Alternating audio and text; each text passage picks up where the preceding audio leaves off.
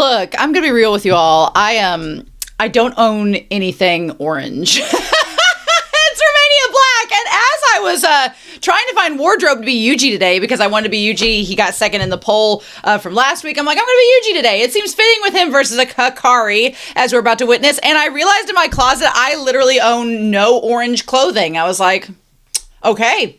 Noted. So I'm in Fight Club Incognito Couture for Yuuji in episode 6 of Jujutsu Kaisen, and oh boy, I woke up this morning, I had the day off of work, and I was like, it's time. So let's get into it. I have a lot of comments, so we're just going to jump right into that. So a lot of comments. One thought I did have, as I was editing episode 5, I was making some notes, and I was like, wow, what if Daddy G took Yaga's technique and put Naoya's soul information into a little cute teddy bear doll? Pipe dream, crack dream, wouldn't that be something? But Naoya, he's pillow hands Naoya, so if he had actual little stuffy hands, it just seems like the jokes write themselves, so... But no, I had that thought. I'm like, that would be hysterical, but probably not going to happen. So just going to throw that out there before we get started. I do have a comment from episode 3. XXX Kimball, XXX, says, I think one of the tidbits that I like that gets brought up briefly in this episode is that Hokkaido doesn't have any colonies because it has a long history of being sacred land. This harkens back to Jujutsu Kaisen 0, which briefly mentions there being an Ainu Jujutsu society as well. In my opinion, it's a little disappointing that we don't get to explore the difference between Japanese and Ainu Jujutsu societies, but I understand Gege probably wouldn't want to touch that topic since due to a lack of knowledge or fear of doing an indigenous community injustice. Still, very interesting that he made reference to them. Yeah, I am glad that Gege does that. I don't know a lot about Hokkaido and different indigenous cultures there in Japan. I'm not fluent enough to speak to that, but I could understand if Gege did not want to offend a culture. He's like, I don't want to make them a stereotype because that would be bad. So I applaud him for at least referencing it, but if he's like, I don't know enough research, it's not going to play into the story, I don't want to offend anybody, then that's a pretty fair thing to do. But good to mention, so thank you. Kiyonashi, let's get into these episode 4 comments. Kiyonashi says, I'll never forget how Junichiro aura farming while poor Ranta was dying trying to hold Maki. I laughed so hard at this comment, I almost cried. I was just like imagining, yeah, Junichiro's just standing there doing nothing, and Ranta's like dying. He's like trying to spare his own life, and Junichiro's just like L'Oreal advertisement playing in the background. That's hilarious. So sad, but so hilarious. Jake Collins says, one clarification. The Kukuru unit is not made up of non-sorcerers. It's made up of sorcerers who lack an innate technique. Basically an army of people like Yuuji and Kusakabe, who was mentioned by Mei Mei in season 2 to not have an innate technique, but uses the new shadow style of swordsmanship to save Miwa from Kenjaku's Uzumaki attack. Yeah, that's cool and all. That makes me feel even worse about the fact that Maki had all of these points right in front of her, and those could have helped make the rule for the culling game real easy, but Gege was like, nah. Why would we make things convenient for you all? Why would we do that? That hurts even worse. But thank you for telling me, Jacob. Tasto3204 says, for the Yuuta Maki ship discussion, I want to note that per his own words, Yuuta is physically on the weaker side, while Maki is now the physically strongest human alive. I don't think even Rika's help is enough for him to come out on top if they go purely physical, so to say. That comment made me nervous. We're going to take a little discussion real quick about Yuuta. That comment made me nervous because I was like, oh, Yuta's not physically strong. He just has lots of spiritual energy. Because I was like, oh, that means that he could be in trouble if he's up against somebody that, can cancel out spiritual techniques like Angel. And I was like, oh, Yuta's going to go talk to Angel. That makes me really nervous now that Angel could harm Yuta's technique and then Yuta's not physically strong. However, before I started to spiral in a panic, Anthony Postrikos 7036 added to that comment in reply saying Yuuta did admit that he's on the weaker side physically when it comes to sorcerers, but it didn't really matter due to his enormous cursed energy. It makes his comment more of a technicality since we saw how he can easily overcome someone physically gifted like Yuuji when they fought.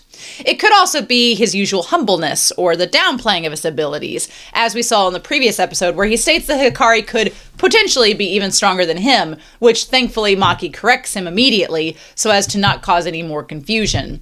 Man, this boy just loves technicalities, like when he was explaining the difference between Gojo and his cursed energy reserves. I full-heartedly believe he's a big part of the great deal of power scale theorizing that happens on social media, cause the shonen audience also loves technicalities. I like that too. Yeah, Yuta's just Gege is using Yuuta to just feed into the trolling.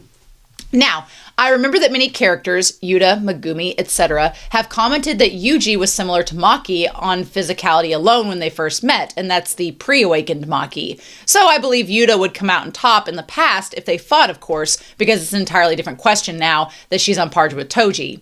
We haven't seen much of Toji other than him quickly disposing of Gojo and Geto, as well as Dagon, the sorcerers that brought him back to life, and his brief fight with Megumi, where the latter didn't really engage, but just ran. So I'm not certain on whether Maki right now can top Yuuta on strength alone. Oh, she could top him in other ways. Anyway, but since we would need to see more of her potential, other than the, no diffing, which admittedly Yuuta would as well, physically that is, this is all to say that you always have to consider cursed energy with sorcerers, even if they use no technique. I know you said purely physical, but I'm just making a distinction between not using any techniques while enveloping your body in cursed energy and just turning off cursed energy entirely, so to say. Needless to say, if Yuuta really went purely physical and turned off his cursed energy, if he can even do that, he would be pummeled to the ground not just by Maki, but by most characters in the show. So yeah, that makes me nervous that Yuta's not physically strong because cursed energy can... I feel like cursed energy it's a constant. It's Gege's way of being like, well, it was cursed energy. It's Gege's way out as a writer, which is fine. Every writer needs that. But Gege likes to troll. Gege likes to crush our hearts and souls. I want you to be safe. And that seems like a little bit of foreboding. I don't know. I get bad vibes from it. I'm like, I just want Yuuta to be safe. So that one comment, maybe Antony's comment made me feel a little bit better. I was like, okay. But it also made me be like, oh, there's some leeway. Gege likes leeway. I don't like when Gege likes leeway. So anyway, speaking of Yuuta, to finish up this, Alexander Q for episode 3 says, I gotta say, Yuuta is a cutie by wanting to not be separated from his friends anymore. He's such a sweetheart.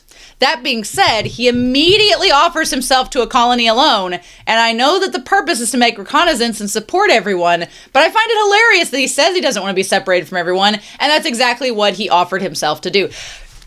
I know they're distantly related, but Yuuta gives me a lot of Gojo vibes sometimes. I don't think he has Gojo's unrequited love syndrome. I think Yuuta's swimming in the harem, everybody likes Yuuta. But I do feel when it comes to like his attitude, I think him and Gojo get along so well because they're actually kind of similar. The way that they view things and the way that they have attitudes toward things are more surprisingly similar than not, which is crazy, right? So hopefully my dog is also going to be getting his fill of this before we start. But yeah, Alexander Q also talks about in episode 5, saying Megumi just being in the shadows lurking to see what was going on with Yuuji is so cool. I debated in episode 5's discussion of whether this was actually Megumi's technique or not, but Alexander Q kind of confirms it, and the mod said it was fine, so I'm like, here we go. We saw Megumi learn that he could do more with his shadows all the way back in season 1. I kind of forgot about that, if I'm being honest. I think when he started storing weapons in his shadows, I kind of forgot about that, to be honest. And seeing now that he's grown in power enough, he can make himself hide in shadows, which is so cool. No wonder the Zenin clan wanted him to be head. Yeah, I forgot about his ability to store things in the shadows. I just was thinking always about the shadow techniques and the Shikigami. That's amazing. I love a shadow technique. I like characters that can play with shadows. There's a lot of symbolism with that and things you can do with that. So yeah, I feel like if Megumi is fighting, he could use that to his advantage, which would be cool because other than Megumi trying to like commit suicide every 5 seconds in season 2, we didn't get a whole lot of chances to see him like fight with other techniques. So that would be kind of cool to see it maybe in this episode, because I have a feeling it's going to be Hakari and Yuuji. And I have a feeling if they're trying to disengage Kirara, then Megumi and Panda are going to be on that. So we'll see. Speaking of Yaga and Panda, Sasha for episode 5 says, thinking more about it, I think Yaga saying his secret was a curse is even more fitting, since I don't think it would even give what the higher-ups want anyway. A specialist has to spend months of hard work to create the weird amalgamation of 3 presumably human souls and a cursed corpse, and what you get in the end is basically a person, free will and all, not a puppet soldier. It makes me wonder what would actually happen if this method spread.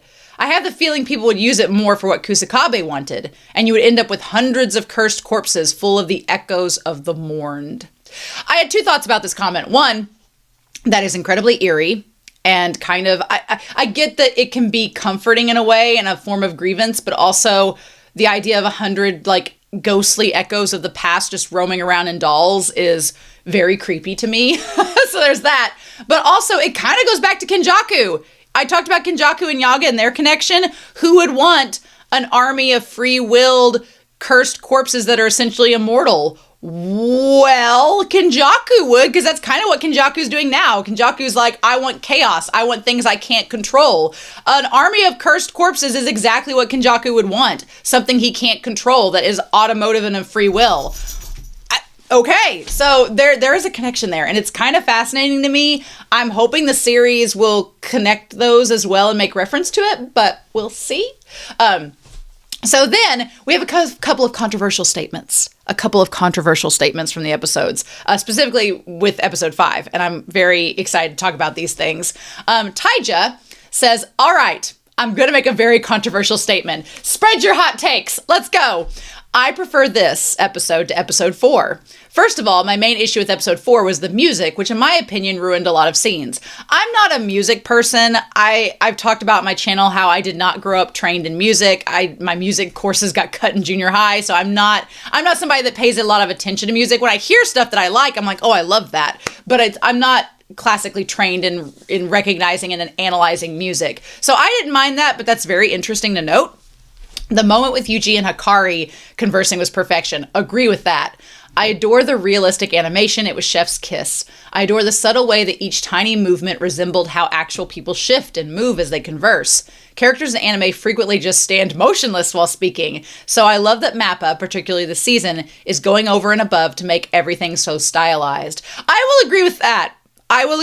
Honestly, I feel like episodes 4 and 5 are so apples and oranges. You can kind of say that both of them are the best on their merits, and you're not wrong. So I like that you were able to talk about what made that better in your mind. Now, I do agree with this statement. I also wanted to add that I felt more for Yaga's death than I did for Mai's death, which I think is more the personal reason, but hey, it's something to add to me liking episode 5 more. I'll be honest, I think as a whole liked episode 4 more, just because of the action and the twists and all of that, and I wasn't expecting it at all. However, I full-heartedly agree that I connected more with Yaga's death than Mai's death. And I think that's just, again, like they said, personal preference. I connected more to Yaga as a character in seasons 1 and season 2 because of Yaga, his connection with Yuuji in season 1, and then Yaga's connection with Gojo and Geto and Iori in season 2. I connected more with Yaga's character as a whole than I ever did with Mai. They're still both 2 really tragic deaths, but I will agree, I thought Yaga's death to me was more sad than Mai's. But again, that's a personal thing. I think also because Mai was ready to die for Maki, which doesn't add to the heartbreak, but at the same time, Yaga was not ready to die, and so there's lots of factors. And then Math said, there's a surprising amount of people defending the idea that Maki killed everyone in the clan, including the servants, the children, the women. But this is literally supported neither by the material nor the narrative. That doesn't mean that what Maki did is 100% moral. Duh. I love that. There were more likely younger men part of the Kukuru clan, perhaps even teenagers, given that Maki used to be part of it. Ranta himself must have been around 20 at the most, and seemed pretty oblivious of the larger situation regarding Maki. But saying that Maki massacred children is simply untrue and kind of ridiculous. Yeah, I've just randomly seen a couple things online, and I try to avoid spoilers all that I can, but sometimes, like on social media, when I'm going to post things, you have to pull up Twitter and then it'll have something. Occasionally there'll be like a hot take on there, and I've seen some people surprisingly being like, Maki committed genocide and all this. I'm like, no, she didn't. Like, she killed the men in a clan who, if you watched episode 4, were all wanting to kill her as well. So what's she gonna do? Just stand there and let them kill her? Her own dad was trying to kill her. What's she gonna do? Stand there and let him do it? She kind of did. And then it was like, F that. Also, there was like there was someone real quick on Twitter that was just like, basically being kind of like, it's mainly because Maki's a woman. That's really what it is. I'm like, okay, there's a character in Attack on Titan that if you support them murdering a bunch of people and think that's cool, but you don't support Maki doing the same to clan members that literally tried to kill her and assault her and abuse her. Okay. you know? So yeah, I think let's bury that. Let's not talk. I think anybody that is arguing that Maki is this monster, I'm like, have you read this series? There are way worse people than Maki. Granted, I like that Math points out, yeah, what Maki does in killing all the men in her clan is not necessarily moral. Of course, Gege is literally addressing these things throughout the entire series, but to put all the hatred on her and then you think Sukuna's cool, or, I'm like, let's not be hypocritical, right? So then I had Anime Annie, and they said, I mentioned in the Discord that I was watching the episode, and the moment Fushiguro and Itadori entered the car park is a great way to show their personalities differing in the ways that they approach things. Fushiguro tries to go against the rules and find a way around the barrier, whereas Itadori uses his innate strength to be able to keep up walking a straight path. And it was further proved when Itadori later says they'll resort to force if need be. And when Fushiguro and Panda are talking about Itadori's inability to lie, it again feels like they're highlighting Itadori's straightforward mindset by saying that he struggles to subterfuge as an option he could use. Yeah, I definitely agree with all those things. Glad you pointed them out. Panda also may be right in season 2 about Itadori having pheromones. Why are we making everything Omegaverse? I'm not opposed to it, but damn. First, Toto. Then Choso. I forgot about Choso. And then I was waiting for Hakari to be the same with how quickly he was willing to meet Itadori. Now, Anime Annie is anime only like me, so maybe he still will be after Itadori manages to explain things to him. That's what I think. I think Hakari is going to end up like Toto. They seem very similar. I think Hakari is going to be all about Yuuji. You just got to give it time. I mean, it took some fighting for Toto and Choso before they were proclaiming Itadori as their brother. So maybe after Hakari gets it all out of his system, we'll get the same here. I maintain that once Yuuji explains to him that helping them out is a gamble, that's going to get him on their side. But we got to get there first. Itadori's got to figure out how to say that in a way that will be convincing. The doors from Hakari's technique look like Japanese train doors. And the specific shade of green makes me think of the Yamanote JR line trains in Tokyo, which was one of the main train lines that I used anytime I was in Tokyo. I'm so jealous you've been into Tokyo. My one friend from college just went with his wife to Tokyo and to Hokkaido and to all these places. And I'm like, oh, I'm jealous. But finally, Anime Annie pointed this out, saying, for the Article 8 that Fushiguro quoted, the first thing I thought of was actually episode 1 of season 1. Fushiguro revealed the truth about Jujutsu Society to Yuuji while on the hunt for Sukuna's finger. Technically, wouldn't that mean that this is a law Fushiguro broke, as while it was imperative to retrieve the finger, it could be argued that Itadori didn't need to be told all that information, at least at the moment in the hospital. Later on at the school, he would probably have been more acceptable so that Yuuji would understand the risks better. And Be Happy, the moderator, replied to Anime Annie saying about Megumi disclosing the information to Yuuji on season 1. This is what I think. Remember when Yuuji ran straight to the hospital the moment he passed by Megumi? The latter sensed a huge amount of cursed energy related to the cursed object, aka Sukuna's finger. In my opinion, Megumi felt that being in contact with the Grade S cursed object put Yuji's life in danger. And I guess he was also touched by Itadori's resilience and the words right after his grandpa died. So he decided to trust him to save his life. So, it's a breach of Law 8, but again, it was for personal reasons, as he told Gojo later on to save Yuuji. And we know that Gojo is all about circumventing the rules if your heart's into it. Oh, it's to save your boyfriend? What rules? So yeah, I mean, is Megumi a little bit of a hypocrite? Maybe, but I think Megumi knows that he is, so that kind of makes it okay. For Megumi anyway. And then finally, I know I've taken forever. I've taken 20 minutes to go over y'all's comments, but they've been amazing and I've had so much fun reading them. Fitz, I think FYCZ, Fitch. So they asked on the Discord, can someone explain the timeline? I was confused because Principal Masamichi got captured and put in jail, but then suddenly they were fighting alongside outside to find Panda? Did he escape? Episode 5 went so fast and there was so much going on. I did not really connect the dots with that. I was like, oh yeah, he was in jail, but then he wasn't. What? So it just flew by me and I didn't even notice. So them asking this question, I was like, yeah, what did happen? And so Be Happy, the moderator, again, supplied this answer to that question, saying, about the timeline, someone in the Discord asked about the timeline opening sequence, and after reading a lot of discussions online, doing our research, here is the explanation I found that makes the most sense to me.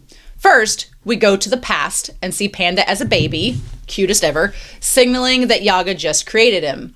Then we see Yaga in a prison cell. In my and a lot of people's opinions, this is still in the past, precisely when Yaga just created Panda, and the higher-ups are trying to have the secret of the autonomous corpses. Oh, it's based on Gakuganji saying the higher-ups are discussing a life sentence imprisonment for him, which contradicts the death sentence in the present. I think Gojo intervened, yet again, to free him at the time. This is why he said, you've become bold since Satoru got sealed later in the episode. That makes sense to me. Yaga just, Yaga don't, his looks don't crack. Yaga don't age. So that's why it was confusing. But yeah, that would make sense if the imprisonment scene after he first created Panda was back in the past. And then when he catches up with the one guy outside, that's in the present. That makes sense. Okay, then we come back to the present with Yaga on the run, paying farewell to his children in a very Winnie the Pooh style mixed with, Ghibli aesthetics and Shire aesthetics. Kusakabe frees Panda so he's not used as bait, with the flashback in a recent past about Takeru and his sister, and we end the opening sequence with Yaga being intercepted and killed. Okay, I agree with all of that. So yes, nice. So I appreciate all of these comments. I know I've talked for like 22 minutes about this last episode, but these episodes have had so much going on. It's been so much fun hearing your thoughts about them. And so they've just been a blast. So yeah, I'm ready though to dive into episode 6. So let's not waste any more time. I'm so excited. So we're not gonna waste any more time. We're gonna dive into episode 6 of season 3, technically episode 53 of Jujutsu Kaisen. And we're gonna do that here in 3, 2, 1, and in the words of Shania Twain, let's go girls.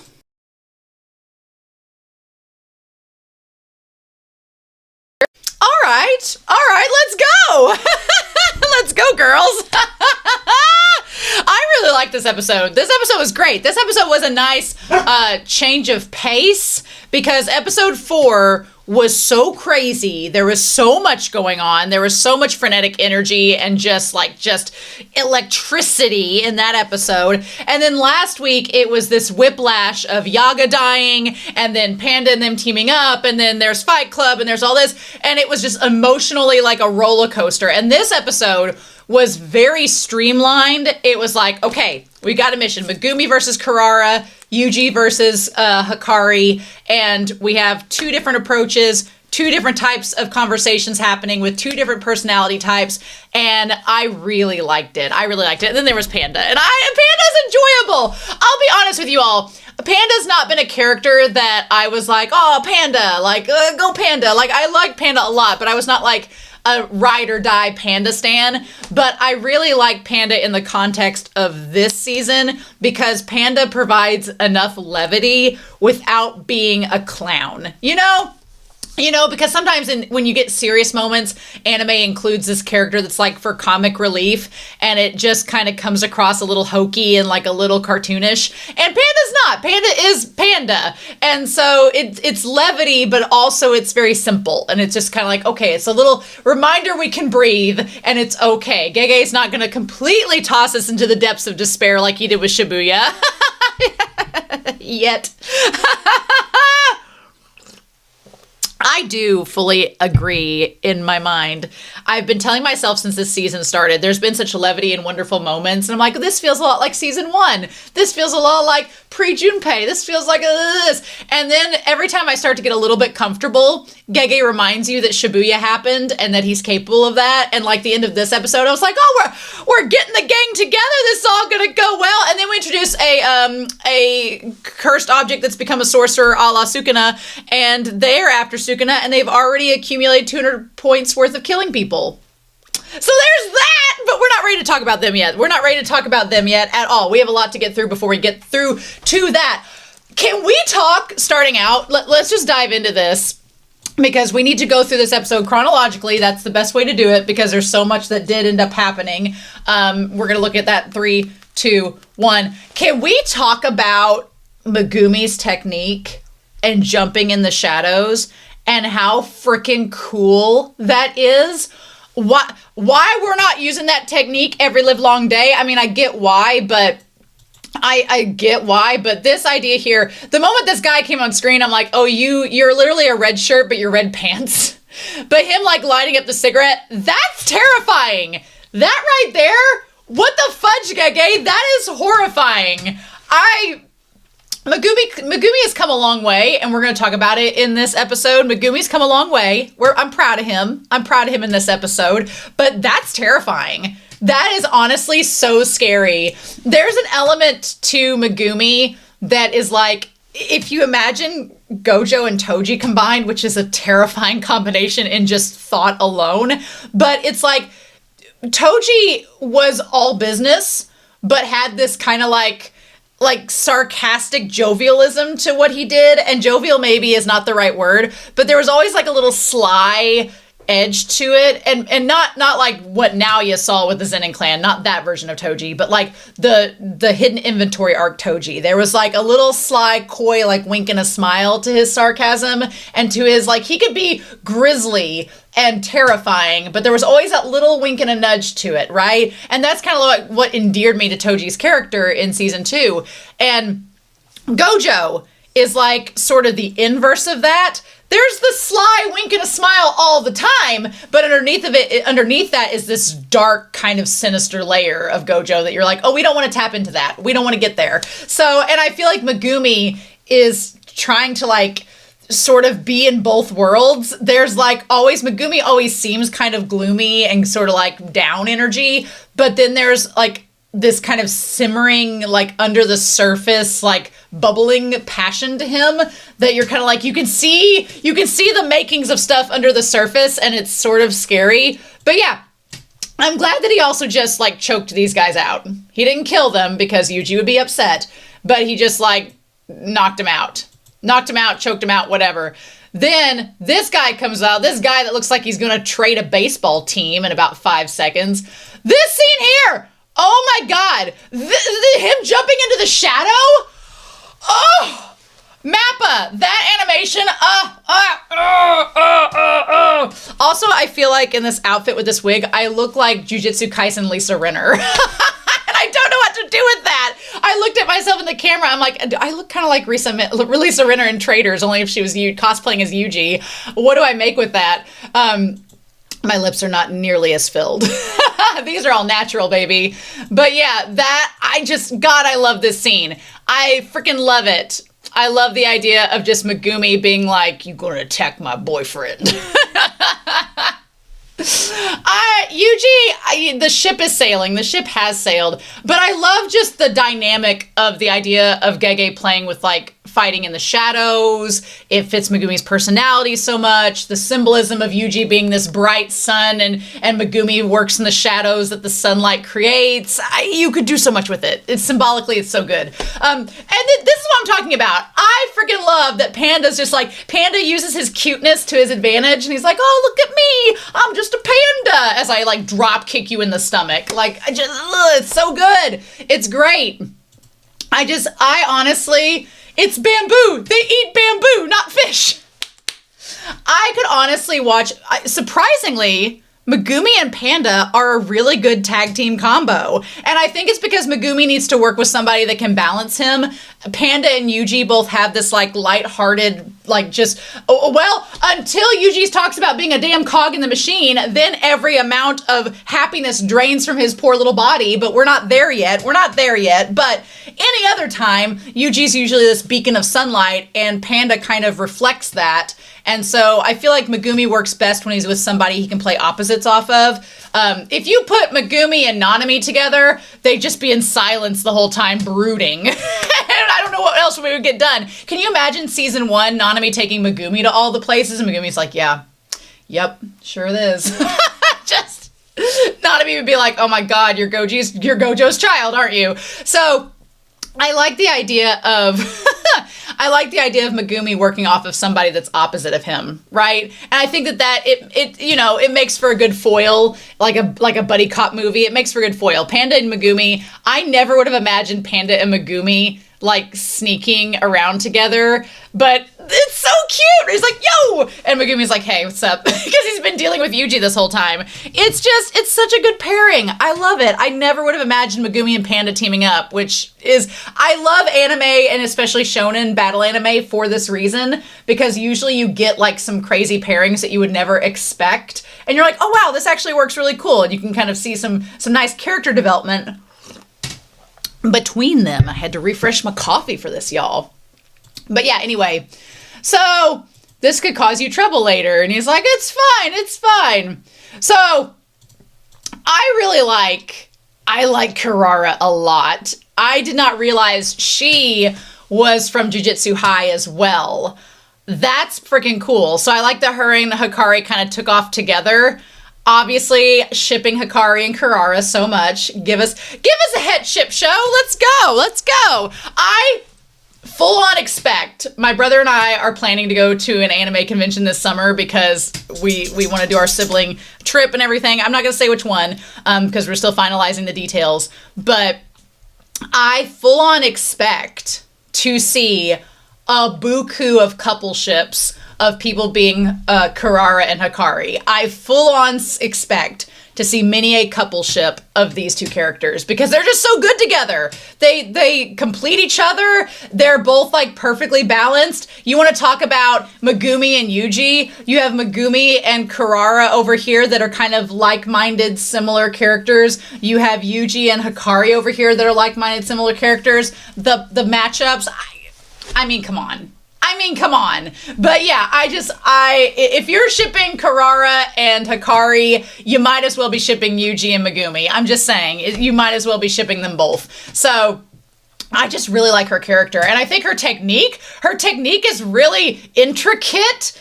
We're going to talk about the technique in Gege and what they do with that world building, but super cool. Love that technique. I love that her technique is tied to the concept of love. And then Hakari's is tied to passion, and that's what makes them kind of compatible. Love that about it. But I really like her style. I like her design. I like all this about it. And she's like, I like that she recognizes Panda, but because she's a third year and didn't stick around to get to know the first year, she's like, oh, the spiky-haired kid. I like that Hakari calls him a sea urchin, which is really funny. It feeds into the Little Mermaid crossover AU. Yeah. She's like, and she connects the dots very quickly, which good for there. I want to make note of this. I think that another thing that makes them both very compatible is the idea that you have Hakari is not paying attention. He's sports gambling or something else, right? He's not paying any attention at all. And she's the one that's taking notes, being like, okay, we need to do this, this, and this. I think that doesn't, I don't think it speaks to Hakari being lazy or Hakari not being smart. I don't think that at all. Instead, what I think it says, which I kind of respect about them as a couple, is it shows that Hakari trusts Kirara completely. And he's like, I know that I'm fine because you have my back and you're looking out for me and I don't have to worry because I trust that you're going to help keep me safe. We stand a king that trusts his queen. We stand that completely. I'm like, that won me over with them as a couple immediately. I'm like, oh, yes, love this. Also, like, the size difference, I'm here for it. As somebody that ships that, I freaking love it. Hakari is a big old dude. He is a big old muscly dude. And I'm like, all right. He's very traditional, stereotypical masculine dude, but I like his character a lot. And she is so cool. I like her kind of punk rock aesthetic. It's so awesome. So yeah, we cut back to them and how it all connects there. And Megumi ain't playing around. Megumi is not playing around. It's so nice to see the dog again, or dogs technically. It's so nice to see them again. This whole scene, this whole episode, Mappa's hitting checking all the marks. I love the color scheme. I love the animation, the battle. Everything was fluid. This episode did not give any tonal whiplash. It was all very succinct. It was very dynamic. It just flowed so well. And I feel like after episodes 4 and 5, which were so much all at once, and even episodes 1 and 2 were so much all at once, 3 was like the biggest break Mappa had in terms of animation. They were like, we're just gonna have fun this episode. This episode was just very clean, very concise, very consistent, and I was very impressed with it. I liked it a lot. Yes. So her ability is also really cool. It's so good to see the Shikigami again. It's been so long. I freaking love it. So let's talk about Kirara. We don't really get a lot with Hakari's technique this episode. That might get explained next week or in future weeks. We don't get a whole lot explained with his technique yet. But with Kirara, we're going to talk about her. I like that she is different than Gojo. I'm glad that, and by different, I mean it's an entirely different setup. It's a whole different system. Saying a few episodes ago when Panda was like, oh, it's kind of like Gojo's technique. I'm like, it's really not. I like that Panda's making that comparison to kind of just do a brief overview and to make some comparisons so you kind of know on the surface. But I'm like, their techniques are not the same at all. And I like that because what I was afraid of was that, her was just going to be a watered down version of Gojo's technique. It is completely different. And I appreciate Gege not being lazy and making this really intricate, which of course Gege's going to make it intricate. This man is a nerd. Of course he's going to. Also the idea that when she marks people, it creates like this Bungo Stray Dogs fishbowl eye cross moment. That's pretty cool where she marks them.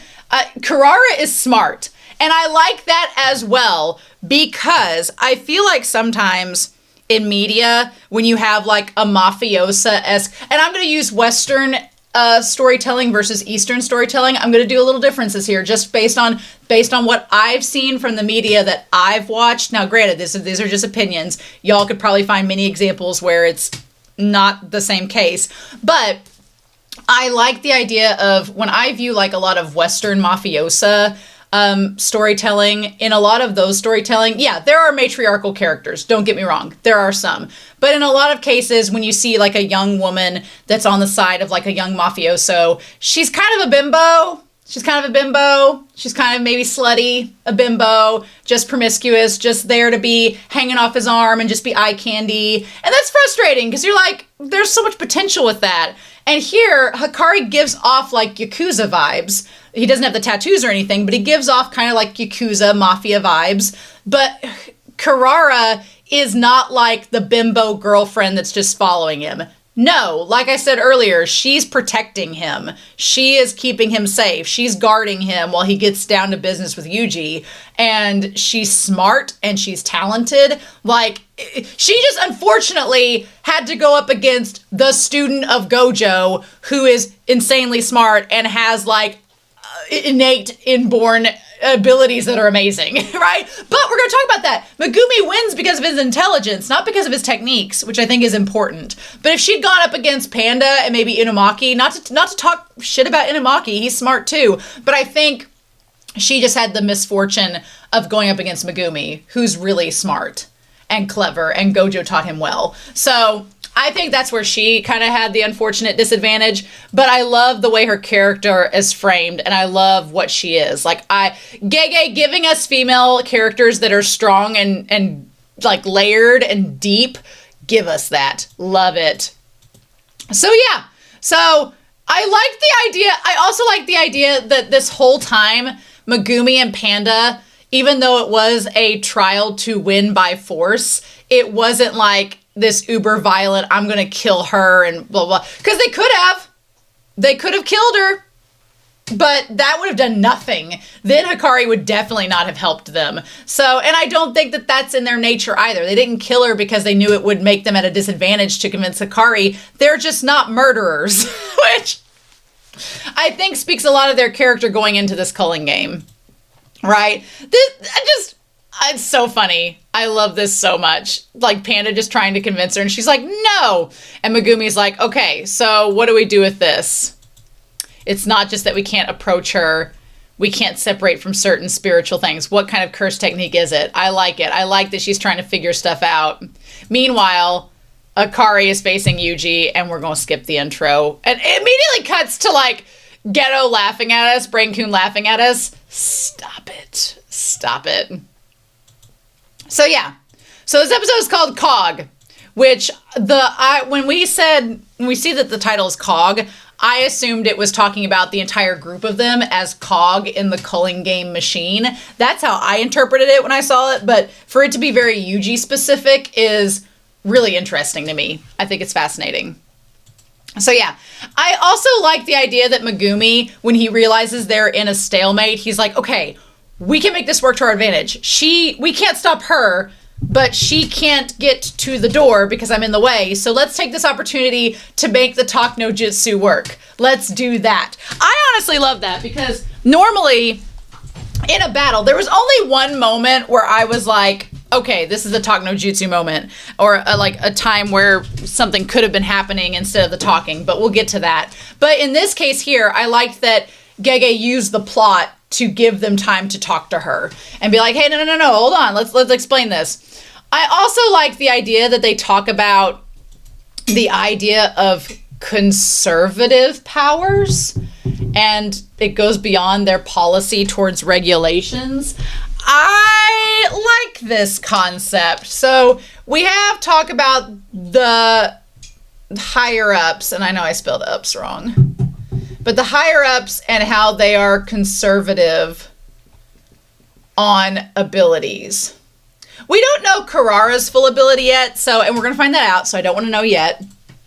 So we're not going to worry about it at the moment. They have a set ideas of what jujitsu should be. Kujisaki, aka Nobara, is a good example of this. So what they consider Kirara and Hakari's techniques to not adhere to their rules. Honestly, what it kind of sounds like is that Hakari's, I don't know about Hakari's technique necessarily, but what it sounds like is that Kirara's technique was too complicated for them. And they couldn't figure it out. And they were like, well, we don't like that because there's too many stipulations and rules and it's not straightforward enough. And it's interesting to note how not progressive the higher ups are, which we kind of figured that from episode 1 of season 1. But the fact that they're like, we want something very simple and straightforward and easy to understand, like Nobara's technique or Nanami's technique or Ghetto's technique, something really easy. But when you start getting complicated, like with Gojo and adding them calculus and stuff, we don't have time for that. It's an interesting concept with that. Not stuff like the cursed videos that were popular a while back. I like that they did like a ring joke. As time goes on, even jujitsu incorporates new technologies. And then we see, but even when techniques start doing that, I like that we have this screenshot that says black.animelab.jetblack, whatever. But even when technique starts doing that, the conservatives get fussy. So basically, you have the higher ups. The higher ups are old. Essentially is what it is. The higher-ups are old and stuck in their ways, and they don't want to, they're basically Luddites. They don't want to learn new technology, and they want to keep everything like it was and not evolve. Which, again, is really interesting because the higher-ups, that puts them in direct contrast with Kenjaku, whose whole point in all of this is evolution of jujitsu. That's like his whole thing. So, or their whole thing, essentially their whole thing at this point. So I like that this conversation Panda is having without Panda even realizing it is creating for us, the audience, a bit more of a connection to why the higher-ups and Kenjaku are at odds. The higher-ups don't want to change. They want to keep things structured and in order like it has been for years. They're basically like the religion Christianity. We've had this book for 2,000 years. Why would we change any ideas about it? And then you have Kenjaku, who's like, well, we need to evolve. And they're like, no. So I like that the show kind of creates for us, the audience, that sort of layer of contrast between the two of them. And then Kirara's like, yeah, the higher-ups lost because they couldn't evolve, which is not wrong. So then she's like, why don't you just have Gojo help you? And I loved this setup where Megumi is like, well, Gojo was sealed. I liked the setup where it panned the camera over for Megumi to say that, and then it slowly panned the camera back to her. And I love that her reaction, she's like, what? I love it where it just immediately zoomed in her face like, no. I honestly, again, that speaks to how much the thing is, I think that a lot of the sorcerers, it speaks to Gojo's power, which is kind of, again, crazy how much people relied upon Gojo, because these guys were like, oh, we can just descend from the high. They've got Gojo. They're fine. We don't have to do anything. I putting a lot on Gojo's shoulders. The more the series goes on, the more I'm like, damn, everybody was kind of relying on Gojo. That is problematic, and it makes me nervous. My doomsday theory, it makes me nervous. I do like that Panda's like, well, I can understand why they don't believe us, but still. But this person is the one closest to Hakari, so we have to try to win them over. Look, let's all give Megumi praise that Megumi tried to test out another Shikigami, and he chose his bunnies because Megumi loves his bunnies, right? I get lots of Danmai flashbacks with the bunnies. I'm like, okay, Lanwanji. All right, Lanwanji and your rabbits. But let's all be thankful that Megumi decided not to try to take his own life in this moment. Remember back in season 1 where he was doing it every other episode? We've come so far. Megumi he's grown so much in this moment, right? But I like that he was trying to test the theory of how her powers work by using the rabbits. And oh, you can see that one rabbit is instantly marked right above the negotiations subtitle. You can see that one rabbit is immediately marked. That's such a good little note. That's such a good little thing to like see. Oh, cool. And then you start to see the others that are marks too. A crux, right? And then Ga crux. We're gonna get to that shot of Megumi's abs. This boy wearing this hoodie so that the thirst traps don't consume the series. Let's be real. So Kirara's like, okay, he has a lot of cursed energy in this technique, but I'm just going to suffocate it with it. I mean, girl was ready to kill him. She was ready to knock him out. Maybe not kill him, but she was going to knock him out. And then Megumi was like, no, let's get this technique out of here for now. Let's get there. This line here where he's like, how was the fleeing hairs? And Panda's like, they were second to me in cuteness. And he's like, no, that's not what I meant. I love that Panda gets jealous whenever something is potentially cuter than him. That's really funny. That's really funny. So again, Megumi is smart and he's figuring it out that things are connected. And he's like, there should be somewhere on me the same too. He's like, where could it be? And then, damn, Megumi, hello, I'm sorry. Where you been hiding this 8-pack? Megumi's like, I'm sorry. Here I was thinking season 1 Megumi was this little lithe, slender man. And no, he's been secretly not skipping ab day for the last season, which we shouldn't be surprised. We shouldn't be surprised, but hot damn, sir. Oh my God. Okay. Gege was just like, by the way, they are ripped. I'm just not showing. I don't want to draw abs. So I'm giving them like loose fitting clothing to account for it. And so Megumi's like, what do I do? And Panda! And he's like, the technique is based on a constellation. People familiar with them could figure it out. And then he's like, it's based on the Southern Cross. And she's like, oh, and her look gave it away. And he's like, okay, cool. I like that in this moment, Megumi took a gamble.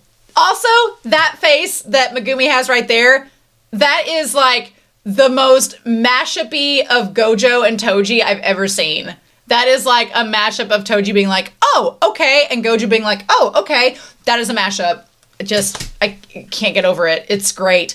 But yeah, I also like the idea that Megumi took his knowledge from his sister and from her showing him the stars. Had a little orb on the movements of the earth flashback in my mind, and I was like, ah, but go watch that series on my channel. It's amazing. But yeah, I'm glad Megumi took a gamble. And honestly, Megumi and Yuuji took gambles in this episode. It doesn't seem like it with Yuuji, but Yuuji choosing to go the Hunter x Hunter route. We're going to talk about that when we get to it. But Yuuji choosing to take the route of most resistance, where he just isn't going to fight Hakari and instead using his honesty and being like, look, I just want to talk to you. I'm not going to fight you. I want to talk to you. You can beat me up, but I still just want to talk to you. Like, that was a gamble. Because what if Hakari was not actually a nice person? What if he was so jaded at this point that he just didn't want anything to do with him and kept fighting him? What about it? And Megumi took a gamble with the Southern Cross, and it played off. Like, her face gave it away. And she's like, She's like, of course. Also, I like the cars in the background there to show that she's about to use the car. It's great. I love it. They're both like, seriously. Again, they both have a lot in common, which is fun. She's like, I have to stop him here. And he's like, really? It was a Southern Cross? That's so sweet. I like that he views his sister like that and thinks of her taking him out to look at the stars, showing Megumi having those memories. Oh, I love it. So yeah. And so this is the only part of the episode where I thought, okay, Gege gave them time to discuss Kirara's technique. It was the only time I was like, she could have been doing something in this moment, but again, they're kind of at a stalemate where she's like, I don't know how to counteract them at this moment, so I've got to like be on my game, be on defense.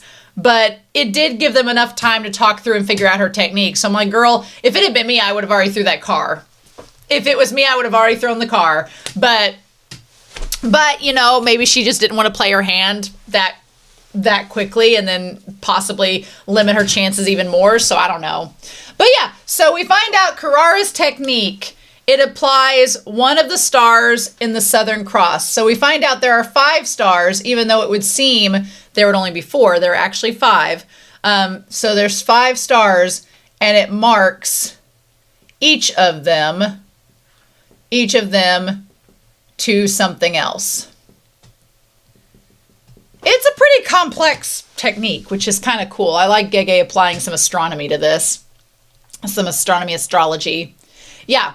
So he's like, I thought it might use that force to maintain a certain distance between us. So they try to figure out exactly how it works. And I like that instead of the characters just immediately figuring out what's going on and immediately figuring out this complex technique, I like that Gege allows the characters to take their time going through the technique and saying like, well, here's a theory, but here's a theory, but here's a theory, until they actually figure it out. It's really nice and refreshing with the whole shonen formula, because I don't know how many shonen y'all have watched, but growing up, it's like the character suddenly had this insightful moment, and I don't know how many times I've seen it where the main character's like, oh, this is their technique. And I'm like, you figured that out on the first try? Really? And so it's kind of refreshing for Gege to show a more scientific approach, because Gege loves math and science. He's a STEM major. And for Gege to say like, no, these characters are trying to work through it and they're not going to be right the first time. And that's okay, because that makes it more interesting to figure out, you know, the final stages later on. And, excuse me. I like that Kirara, meanwhile, is trying to be on the defense to be like, how much are they figuring out of this? If they hugged the inside of the door, we'd be stuck. But Panda's like, well, but if star A is able to approach B, but B can't approach A, then each star has something that they're compatible with. I like that they're just trying to figure all of this out. And also this scene here felt like they were just reusing the animation from Jogo versus Gojo, where they were showing Limitless. Like, this felt like a reuse of that footage, so I don't know if that's true or not. But yeah, each star, it's like a stamp. It's like a tramp stamp. So we have the star. We have Amai. Amai is marked with Panda and the car. So it seems like they make things that are compatible, like two things that are connected with that star. But then that goes to a crux, which becomes Megumi. Megumi and the bunnies are those. Then we find out that there is the fifth star, which we'll get to in a minute. And then we have Ginon, and then we have Gakrux, which Gakrux was the door and the coins, right? Those were those, right? Those are the doors and the coins. We find out this was the parking block, right? Is that correct? We might change that in a minute. But yeah, it's like a stamp rally where you have to go on a set route of each one in order of appearance. And the thing with stars getting joined together, it's the stamp rally theory, which is cool. I like that. But then they're like debating like, but what if there's like multiple targets? What if we're making this super complicated? And I like that Megumi's like, no. He's like, I don't think it's that complicated because she only has so much cursed energy. And if you're marking things and trying to keep track of it, that might get too complicated. So we're making it a complex technique, but not too complicated. Okay. Also, the demon dog was part of it as well. But Kirara is wary of us fulfilling some kind of condition out of their sight that's needed to enter the monitoring room. So there are 5 or more stars. And he's like, right. So if the stamp rally theory is correct, then we should be able to approach if there's only 4. But we think that there's a 5th star that we have passed through. Okay, so Kirara is tied to the Jinin one. Okay. She's tied to that, and then thus to the door. But what if there's 6 or 7? And he's like, no. I like that Megumi's like, let's not try that theory. Let's not do that. Also, glad that these characters are not... I'm glad the car wasn't a murderer in this episode. First of all, I'm glad that Panda was hit by the car because it makes more sense for Panda to be sturdier. It just does. How Megumi was not impaled in that car. I kept thinking that when Megumi had her on the ground, she would notice that he got impaled by something that hit the car. I kept thinking it was going to happen, and I was like, but luckily it didn't. I was like, Gege, we don't have time for this. But this is, the animation from Mappa is so damn good. I love it. Megumi also just, he looks like a dancer half the time, and I love it. It's like, find the scarf, find the starfish, Ishiguro. I love this. He's like, don't throw it, it'll come back to you. Okay, so trying to figure out, I think the light was, Kirara is tagging cursed energy, not objects. So the one dog was tagged. Also, Mappa just really loved to animate Megumi in this episode. Megumi looked beautiful. He looked glorious. When Gojo is not around, somebody has to be the prettiest boy in the show. And Megumi just gets the de facto, much to Naoya's chagrin. Oh my God. Naoya's like, I was the prettiest. And it's like, no, well, you're dead now. So yeah, you're dead now. So Megumi has been re-relegated to the fairest of them all. So what can we do? There needs to be someone to imbue the cursed energy. I just love how smart Megumi is in all of this. It's great. And then he's like, the car has residual cursed energy from someone else. I told you you'd be proud of you. Gojo be proud of you. Yes. So in that moment, yep, he gets knocked away from the parking block. And then it shows, yep, there it be. And we see Mimosa. So, nope, the parking block is not that. The parking block is Mimosa. I think these characters could use a mimosa right about now. Is the parking block. Got that. Now we need to say what else is a mimosa. Nice, the 5th star. Awesome. He's like, I don't see any more residuals from others other than us. And Kirara's already marked their own cursed energy, so they can't use their cursed energy to mark objects with the same Acrux star that they gave me, meaning they can't launch things at me. Okay, so we see the 500 cent thing has the Ga crux on it. Okay, so that's the coin and the doors. So there's that, right. So she goes towards him there, flipping the coins. But what else was marked with mimosa? So her technique is called Love Rendezvous. Love it. Also good to hear Tengen narrating the episode again. That was a lot of fun. Kirara's curse technique is Love Rendezvous. Apportions 5 stars to target's cursed energy with the Southern Cross as a base. It's very romantic. I like that. For 1 star to approach another. Yeah, oh, and she tries to block him. It must follow a predetermined order. I love it. It also feels kind of like a romance novel, like where you have all the tropes, like first they have to meet, then they have to go on a date, then they have to do this, then they have to do that. It kind of like follows a narrative structure, which if you're doing something romantic and it feels very novelesque, I guess I like that about it. It's kind of a long stretch to get to that logic, but I think it's kind of cool. And things marked with the same star attract each other, which that part makes sense. 2 things attracting each other. Like it. And I like that it makes 2 things because it's like, which, you know, shame being polyamorous. We're not going to judge her for that. But having 2 things attract, she's like, you're incredible. You figured out my technique.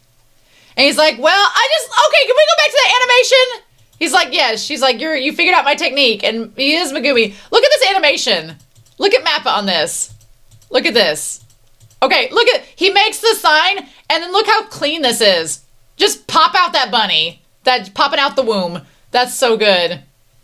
So then they have the order. Panda grabs the rabbit. The rabbit is not concerned about being eaten because the rabbit knows that pandas only eat bamboo. Unlike those guys. Then, would you have ever imagined that the baseball episode of Jujutsu Kaisen would be coming back to play here?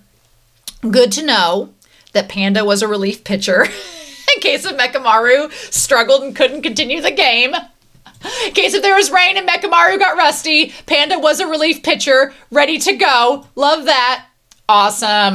Maybe something else wasn't marked with Mimosa. Maybe it just wasn't. I don't know. So the order was the nearest to the farthest star. Okay. So we had Amai, and then we had it go to Acrux, and then we had that go to Mimosa. And then we had that go, I guess it had to go to Genon and then to, this was not a very good cross at all, Gawkrux. Okay. And they're going to probably show us this in here. Yep. They look flat, but they do have depth. Yeah, I also love making it 3D. That's fantastic. Yes. You decide I can no longer throw objects at you, didn't you? And he's like, yes, figured that out. I lift the Genon star place on my own cursed energy and mark things the same with the A. Yep, that's on you.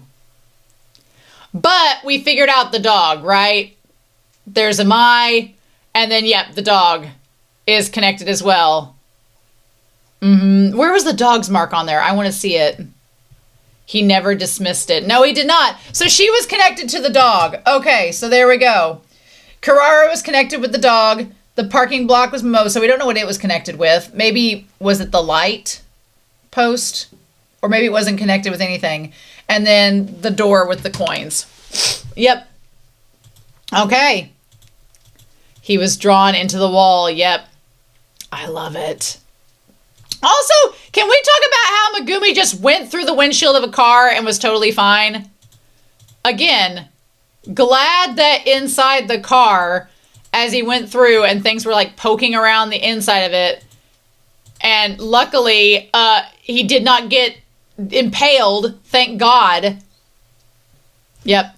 This shot's good too. I don't know. This shot could be the thumbnail, although I really like the shot of Hakari at the end. I really like that shot, but you know, Megumi has come a long way.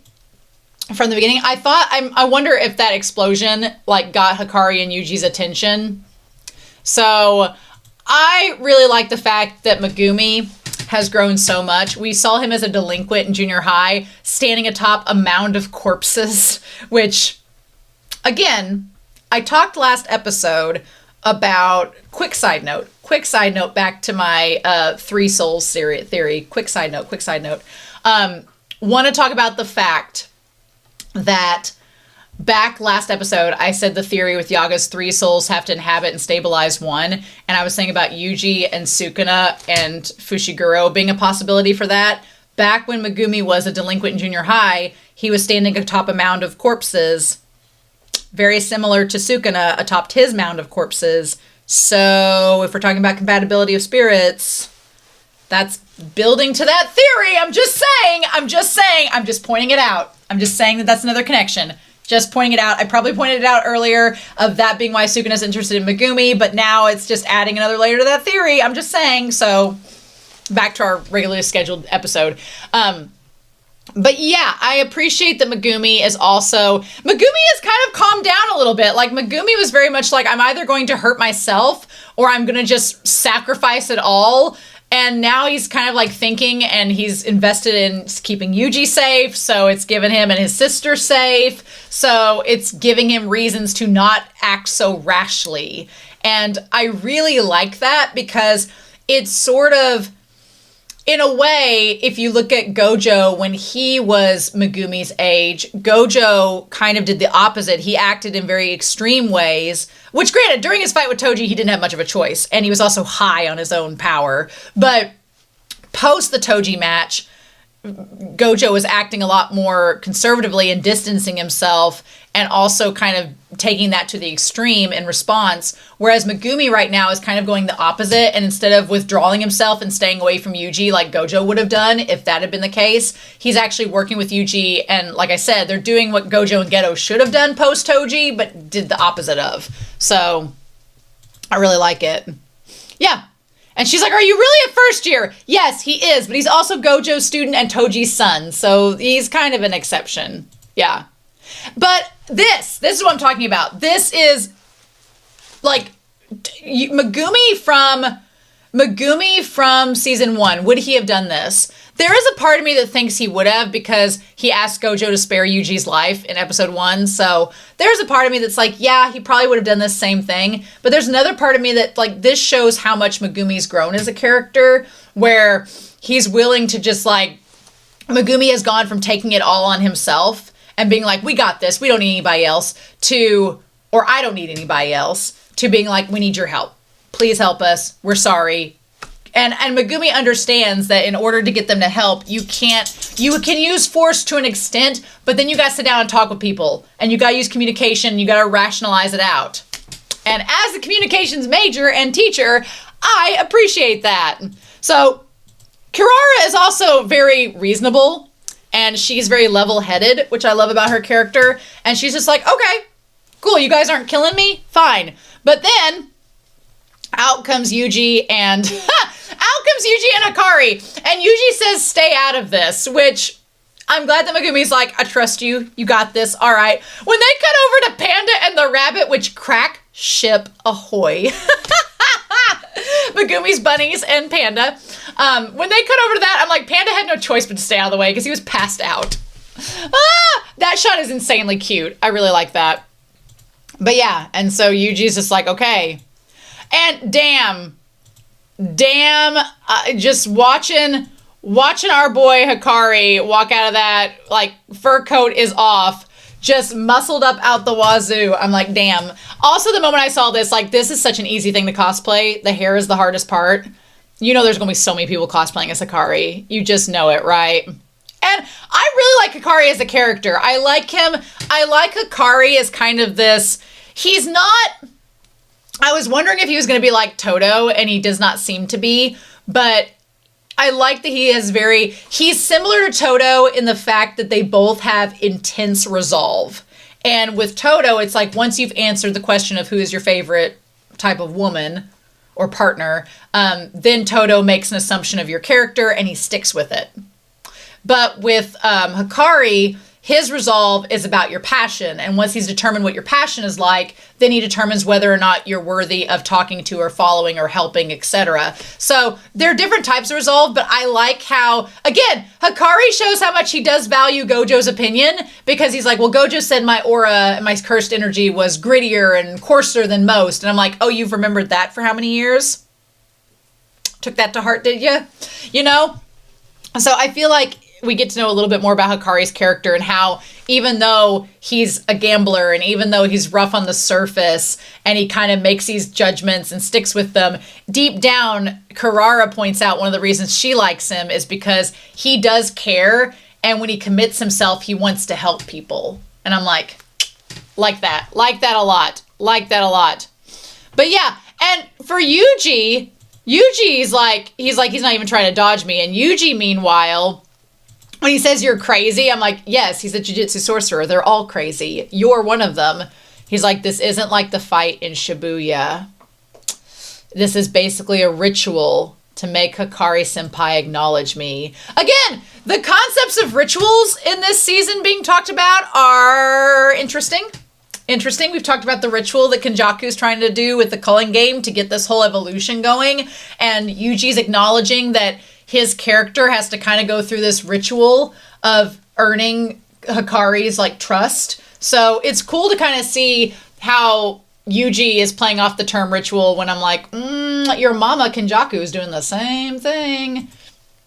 But yeah, I like that also Yuuji is like, this is not a battle like Shibuya. This is not me fighting Gojo. This is not me fighting Sukuna, which is me. This is not me doing whatever. This is, or Mojito, or the grasshopper spirit, or whatever. This is me getting someone on my side. And so in this fight, it's set up differently. Now, is this a direct reference, y'all? I cannot believe that I started Hunter x Hunter, which is classic series, several weeks ago.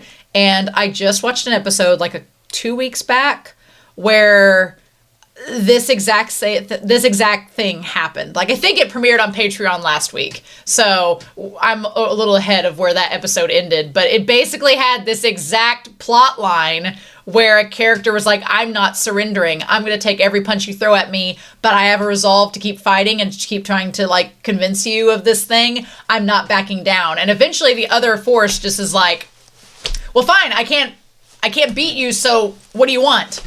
It's a direct reference. I'm like, oh, how cool. So, am I surprised Gege is referring to Gashi's Hunter x Hunter? No, not at all. It's classic, but it's kind of cool to see it in action and, like, right near this. And also, Hakari kind of gives me vibes like that character from Hunter x Hunter, so that's kind of cool, too. I like that. He's like, I love these shots. He's like, these kids just want your help. Hear them out. I like that Kirara's trying to talk. Also, she says these kids, like, y'all ain't 2 years older than them. Ha! You know, you guys ain't that much older than them, these kids. Panda's 1 year younger than you, let's be real. And he's like, my senpai all said you were strong. And Kari's like, damn it.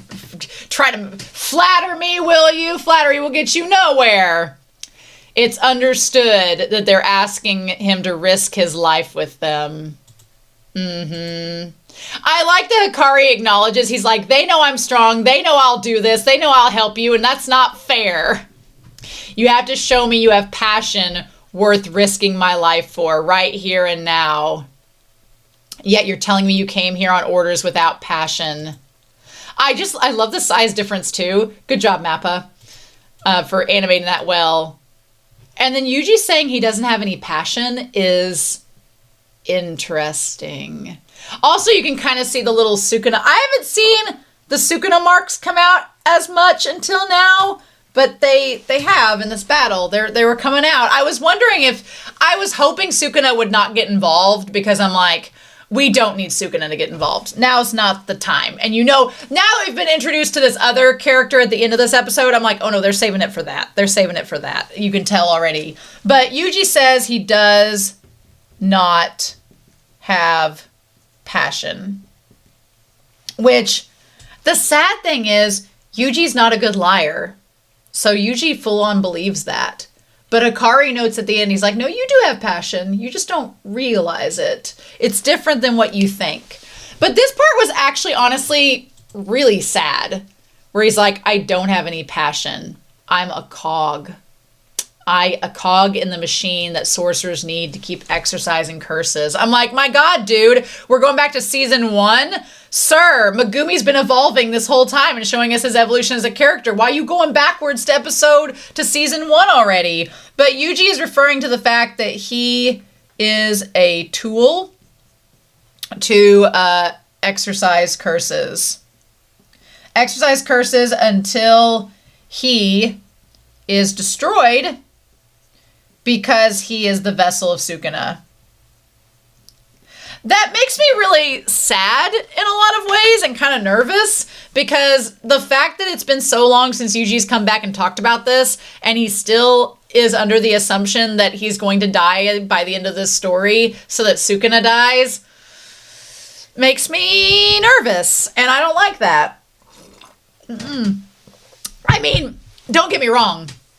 It's been set up since season 1, episode 1, that Yuji's gonna die. If you told me that Yuuji does not live to the end of this series, that at the very end of the series he dies in order to save everybody else to get rid of Sukuna, if you told me that was the case, I would hate it. I would hate it, but I wouldn't be surprised. But I don't know. I mean, I don't want to speculate at this point how we avoid Yuji's death, because I feel like we've got so much going on, and this whole like 3 souls thing needs to be resolved somehow if my theory is correct about that. So we're just not going to go there yet. But it's very sad that Yuuji, who is this big beacon of light and wants to help other people. I mean, it's cool that there's a tie back to his resolve in season 1 where he's like, no, he's like, I understand. I'm going to exercise curses and y'all are going to get rid of me. It speaks to his purity as a character that he's fine with that and he's okay with that happening. It speaks to his character in that regard, but I'm also like, my dude, what? Yuuji, you should be trying to stay alive, my dude. And then Hakari's like, are you for real? And of course, Megumi is like wanting to jump across the rail to save his BFF. He's telling him that's enough, but that's such a good shot of Hakari. That's such a good shot of him just punching Yuuji out. And so Hakari wrongfully assumes that Yuuji's done for, right? And says, according to Gojo, my cursed energy is coarser and grittier than that of others, which matches his personality and his physique. And he's like, you did? You know that's not the case. Imagine the story's just over. And then he's like, take it, Itadori, and don't come back. I love this idea that Yuuji and Megumi and Kirara and Panda are all like looking behind as Yuuji comes back. Like, that's great. I love that. And Yuji's like a damn specter, like a damn ghost. I love it. I love that he's just standing there. Again, the Hunter x Hunter reference. He's like, cogs have a function, and my function is to keep exercising curses, and I'll play along until you agree. I like that Yuji's like, look, I got a job to do, and I've accepted that job. I'm taking responsibility with it, and part of me completing that job is to get you to work along with us. So I ain't stopping until you agree. I love it. His little tiny ankles. He's got Vash from Trigun ankles in this moment. Him stalking, there's a really cool connection here to him stalking towards Hakari and the way that he stalked towards Mahito back in season 2. It's kind of like the same movement. We don't see his face during it like we did in season 2, but there is kind of like a connection there, except it's like the tone is completely different. And we've got fire in the background instead of snow. It's a cool comparison. I like it. So I've said I like it a lot in this episode because I have. And he's like, what is your function? So Yuuji like flips the script. He like changes it and says, okay, you've got this passion. You've got this passion, all right, but what is its purpose? I like that in this moment, and that's kind of what Hakari is getting at, is the passion of the cog is its purpose. I love that. I love that. Because it's not just having passion about something. It's not just loving something. It's not just being resolved with something. It's what is the point? What is the point of what you're doing, right? And I like that that compares with Yuuji to Nanami as his mentor. I like it compares to that. I like it compares to Gojo. Like, why are we doing what we're doing? And he's like, is this COG's passion? I love that shot of Yuuji with the fire in his eyes. And I love that it's connected to the fire of the car on fire. Like, Gege set that up so perfectly. He set that up so perfectly.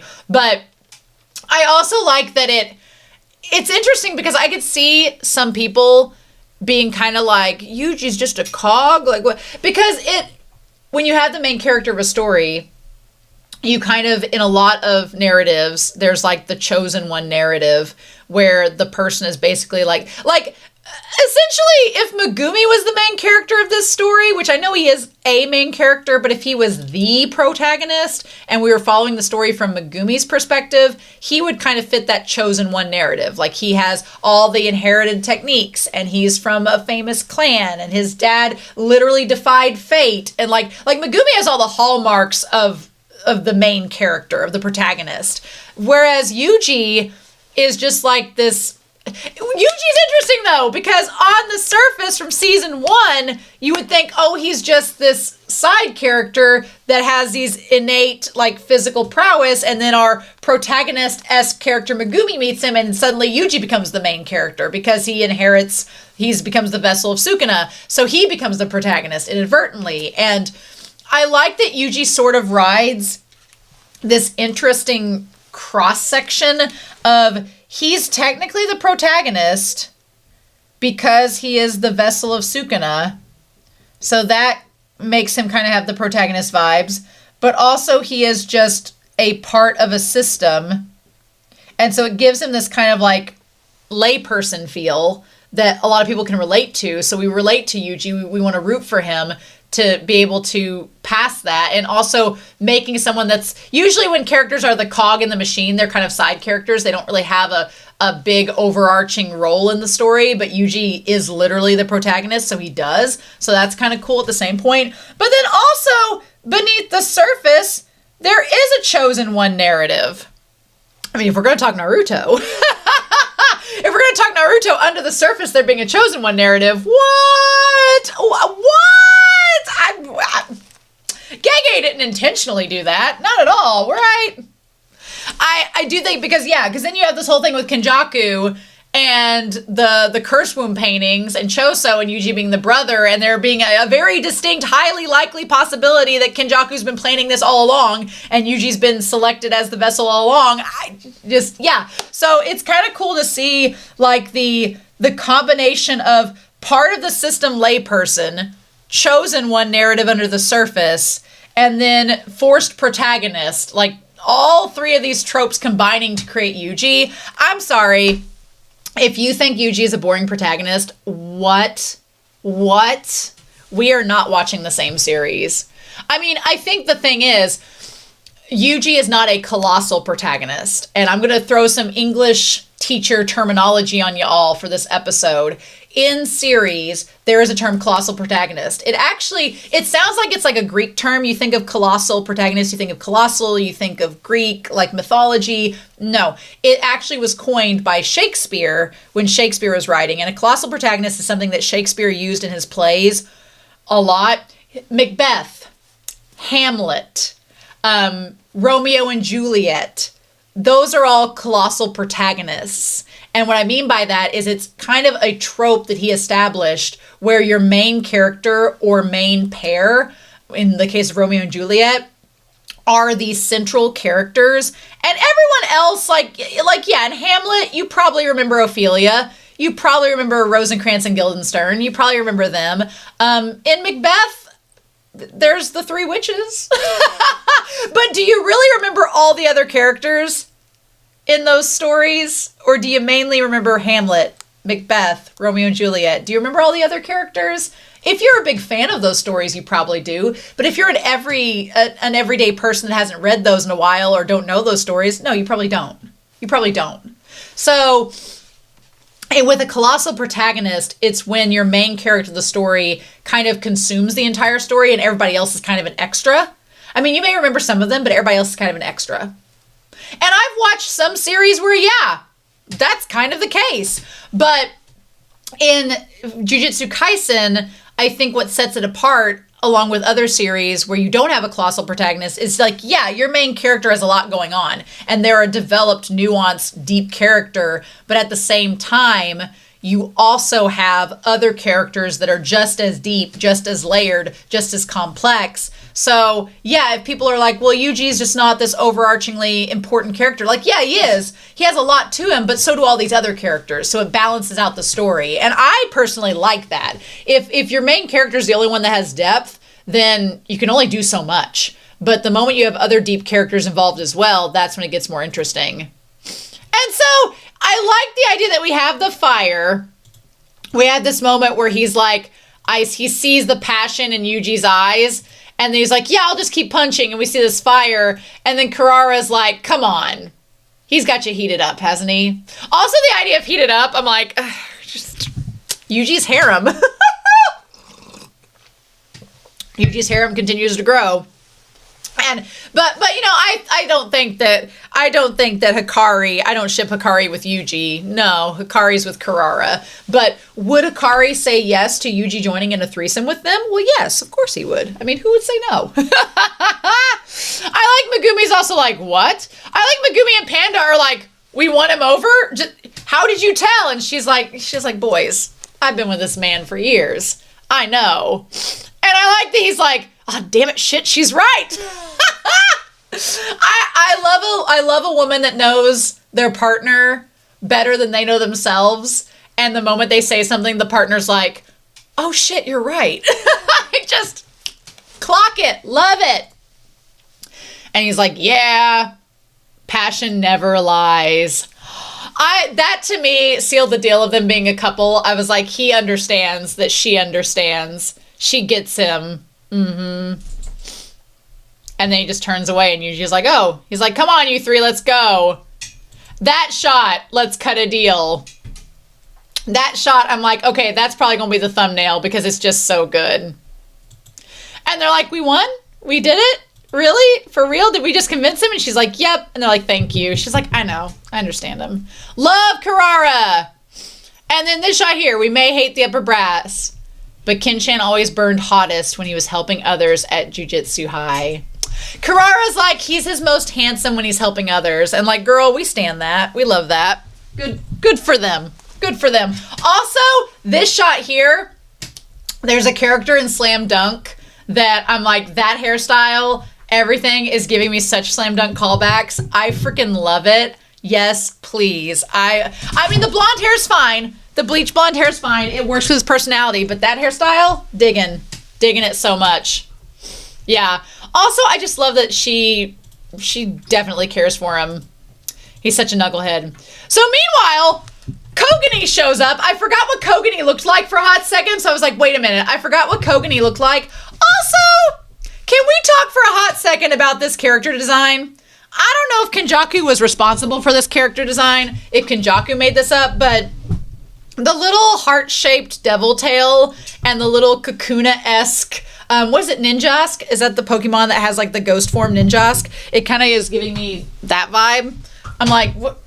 I'm like, Kenjaku, you designing Pokemon out here? So like, ding dong, ding dong. This feels trolling just like Kenjaku would, of course. They also gave Yuuji a little thing for his nose, which was adorable. Yeah, so a new rule's been added. A player has added a new rule to the Culling game. And so here's the new rule. Play it rule 9. Okay. That, the moment that we see, again, when did the Culling game start in relation to Maki killing her clan? Because if it started like the next day, I'm going to be pissed. I'm going to be like, Gege, are you serious? It started the next day? Could Maki not have just said she was part of the Culling game and went to the Zenin clan then? Could she not have done that?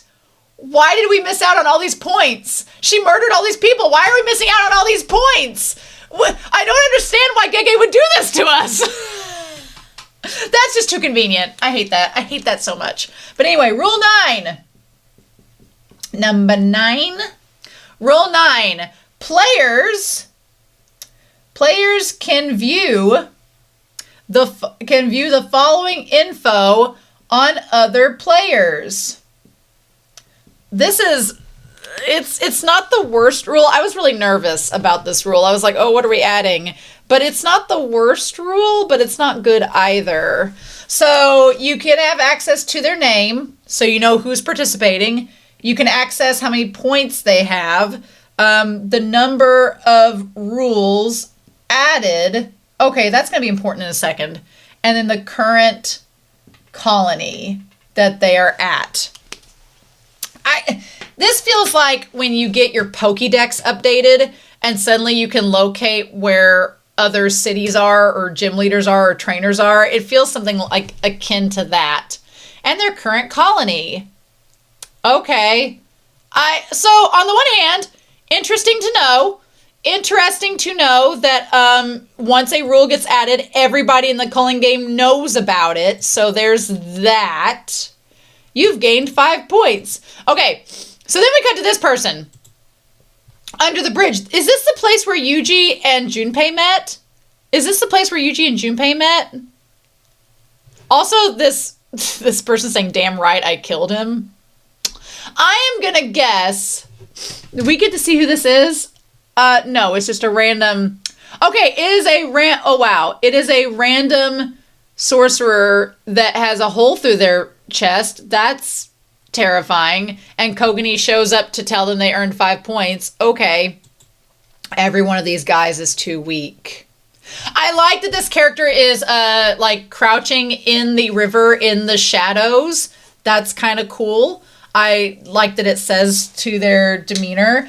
I'm going to guess, because Kenjaku said there were 2 types of sorcerers that were created via the Culling game starting. One were people that had innate techniques that were awakened.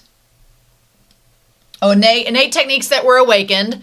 So, for example, if they were Junpei, for example, if they were Junpei and they didn't know about the technique that they secretly had, but then they were able to have it activated like he did with Mahito, then yes, that would be them. The other kind, they said, were cursed objects. Cursed objects that were given to specific people that could house them. So, just like Yuuji became the vessel of Sukuna, he ate Sukuna's fingers. He hasn't ate all of the fingers, so thus he's not a complete vessel for Sukuna. He's just a partial still at this point, because he only had like 10 of the 15, right? This person here seems like whatever cursed object needed to be consumed for them to use the body as a host has happened, because they mention them being 400 years old. So I feel like somebody was given a cursed object. It was better 400 years ago. And now they've been reactivated. Kind of like Angel. I think Angel is the exact same way. Angel has been lying dormant and has used someone as a vessel, is what I think has happened. So whoever this person is, they've at least been around for over 400 years. Not quite as long as Sukuna, but long enough for them to maybe they got sealed 400 years ago. Maybe they were sealed 400 years ago because they clearly know Sukuna. They want to fight Sukuna. We're going to talk about that. They want to fight Sukuna. So in that case, we're going to talk about their character here in a hot second. And they're like, where are you, Sukuna? So they don't like Sukuna. Yuji's going to be catching all the strays this whole season. Are we surprised? So yeah, they don't like Sukuna. They're like, where are you?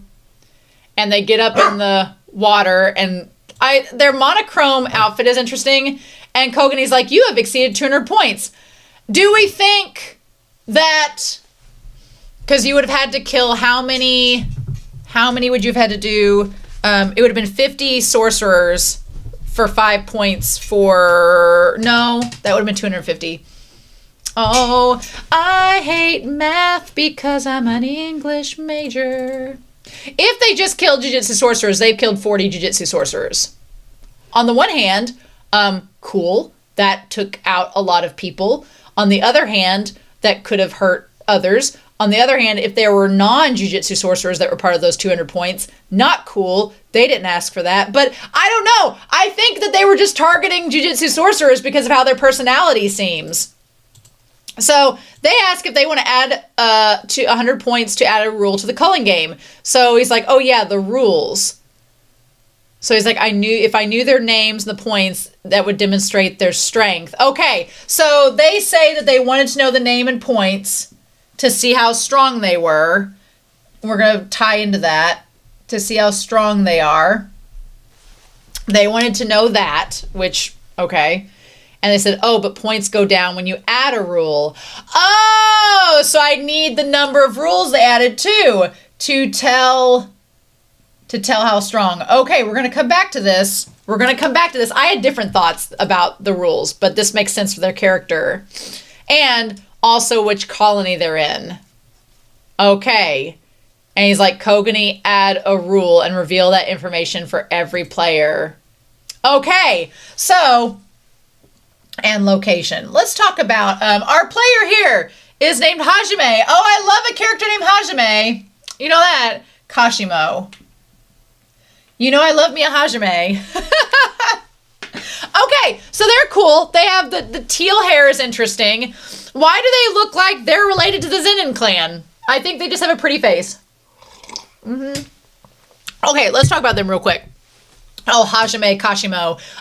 He looks like a character from Yu Yu Hakusho. Or Hunter x Hunter. Speaking of the Hunter x Hunter references, Gege's just getting their life. They look like they also look like they're from the Zenin clan because they have a cursed object. Like they have a tool, like a cursed tool that they're using, which seems very Zenin clan-esque. I love the teal hair. It's jarring almost because we don't see a lot of characters with. It's like if Kirara just decided to go full on with the teal hair. That's what they've got. Also, the little buns on top of their head. Them buns are going to come down by the end of this series. You had Choso, now you got Hajime. Okay. Maybe Gege is giving us a sign. If a character has little buns on top of their head, then they're like lawful neutral. Or let's say I would describe Choso at the beginning of season 2 was lawful evil, and they've transitioned to lawful neutral. Like Choso right now is lawful neutral. Choso is like just going to be neutral about it. As long as Yuji's okay, that's what we're fighting for. Any other sides, don't care. Hajime, to me, seems lawful neutral, like right off the bat. I don't think they're evil necessarily. However, I don't think they're evil because they don't like Sukuna. They don't have a thing for Sukuna, so I don't think they're evil necessarily. But they're not good because they're killing people everywhere. I think they're lawful neutral because, or maybe just true neutral. I think Choso's lawful neutral. I think maybe Hajime right now, in my opinion, is just a true neutral character. They're just wanting to fight strong sorcerers, and their end goal seems to be to want to fight Sukuna.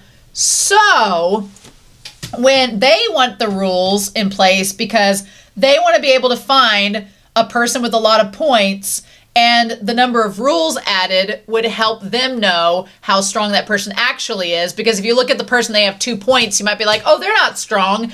But then when you see they've added 2 rules, oh, they've used 200 points. Oh, So that means they are strong. So that is important. And then knowing where they are to go locate them. So all of this is essentially for them to try to locate Sukuna. They're like, oh, I'll just find the person that's killed the most. They must be Sukuna. The funny thing is, no, because Sukuna is in Yuji's body right now, and Yuji doesn't want to kill anybody. So this Hajime Kashimo is going to go around fighting people, thinking that by fighting the strongest, he's eventually going to come across Sukuna, when the reality is, no, Yuji's not killing anybody. So you're not going to find Sukuna that way. So that's interesting. But I think that this rule, like on the surface, you get exactly why Hajime is doing it, because it makes sense of what their purpose is and what their goals are. Like it all checks out. It all makes sense. What does that mean for everybody else in the game? Well, everybody else in the game is going to find out who's playing. That's one thing. They're going to figure out who is playing the game, who's involved. They're also going to figure out how strong the players are because of the points and the rules added. Something else that's interesting too is that since every player can access every rule, what I was going to say is the fact that you can know who added it only says the number of rules.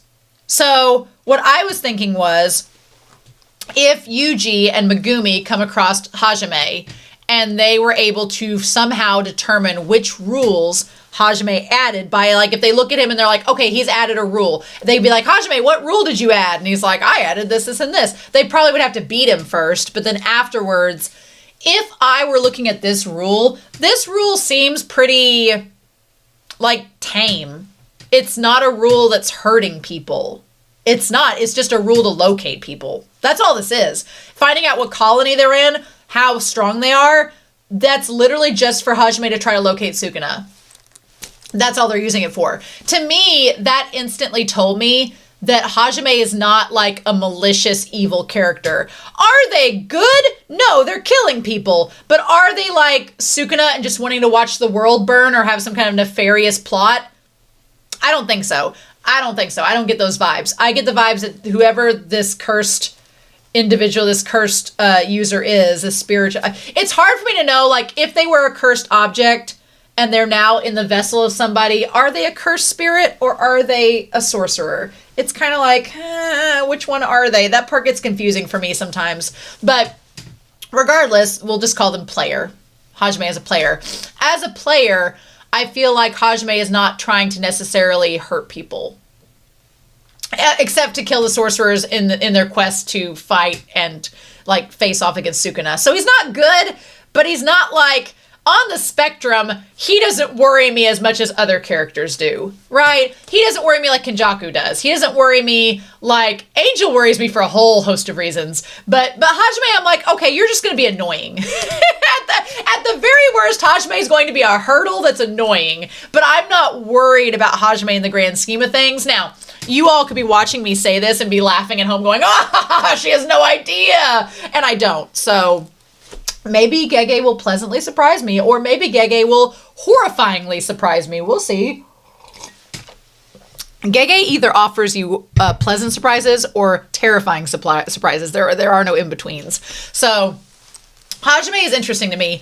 But yeah, so this is going to be fascinating to see. Like, also, I'm not as worried about Hajime because Hajime seems like they just want to fight strong sorcerers. So do I think Hajime would be a risk to Sumiki? No, because Sumiki's not strong. Now, unless this cursed object awakens in Sumiki and it makes her incredibly strong and Fushiguro is terrified of that, then we've got a different story. But for now, I'm like, okay, this guy's probably not going to target Sumiki. He's just looking for strong sorcerers to fight and kill. Okay, cool. You go off and do that. Go off and get rid of some of the sorcerers that might be a problem for us. Go right ahead. However, him just creating one rule means that he still has 100 more points, which means he could create another rule. Because it costs 100 points to create a rule. He has 200. So he still has one more rule he could create. Maybe if our dynamic duo, now dynamic quintet between Panda, Kirara, Hakari, Yuuji, and Megumi, the Care Bears gather, the Care Bears are multiplying. Maybe if they ran across Hajime and they're like, hey, here's the problem. If just Megumi met Hajime, Megumi and Hajime seem like they might be the different but similar chill vibes. If Megumi was like, hey, we need your help to stop Kenjaku, and then they just lied and said stop Sukuna too, and he'd be like, stop Sukuna, okay. But here's my problem. If they confront Hajime and Hajime realizes, Hajime just needs to not realize that Yuuji is Sukuna's vessel. He just needs to not realize that. But if Sukuna senses Hajime and they have beef and Sukuna wants to show up, then we're screwed. But if they can somehow convince Hajime to create a rule to help them without letting on that Yuuji is Sukuna's vessel, and maybe he won't notice because Yuuji hasn't killed anybody, he'd be like, well, Sukuna would be killing people all over the place. Maybe we can pull it off. maybe we can pull it off. Maybe Yuji's Care Bear stare will work for Hajime as well, but I don't know. I don't know. I mean, Hajime is giving me Choso vibes in a way, as they point out in the intro that Hakari was as well, so it's funny because they mentioned Todo and Choso getting wooed over by Yuji, and Hakari definitely seems more like Todo, so him getting wooed, I'm not surprised. Hajime is giving me kind of Choso vibes, so maybe Yuji can woo over them as well. I don't know. Maybe Yuji can be like, hey, if you help us get out of the Culling games and you help us defeat this, then I'll turn into Sukuna and let you fight him. He'll probably kill you. So I don't know. I don't know. We can hope for that, right? Oh my God. So yeah, wow. I've talked for nearly an hour and a half about this episode. I did not think I was going to talk that long about it because this was a pretty straightforward, I say straightforward, but we went through like a whole constellation evaluation for Kirara's powers, so okay. But this was a really good episode. I have not had, even episode 3 was a lot of fun to break down Whiteboard Kun, all of Tengen's ridiculousness and their Prezi presentation. This has been a lot of fun, and I'm really liking season 3 so far. Season 3 is maybe my favorite so far. Well, no, this is just recency bias. I'm not gonna say it's my favorite yet, but it's been very consistently good.